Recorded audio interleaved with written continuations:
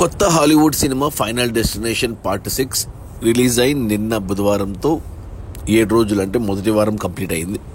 ఈ సినిమా ఇండియాలో ఇప్పటి వరకు 29 కోట్లు నెట్ కలెక్ట్ చేస్తే ఒరిజినల్ అమెరికాలో $64 మిలియన్, ఇక మిగతా దేశాలన్నీ కలిపి మరో $58 మిలియన్. అలా టోటల్గా మొదటి వారంలో ఇండియా కలెక్షన్స్ కలిపి final destination part 6 $116 million collect చేసింది.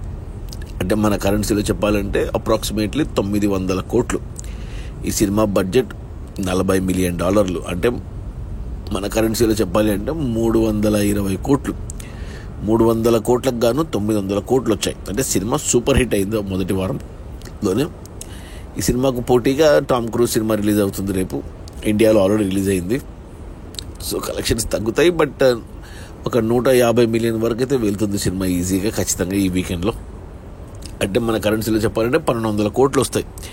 అంటే 300 కోట్ల బడ్జెట్ పెడితే 4 గింతలు 1200 కోట్లు రావడం అంటే సినిమా బ్లాక్ బస్టర్ అని చెప్పాలి.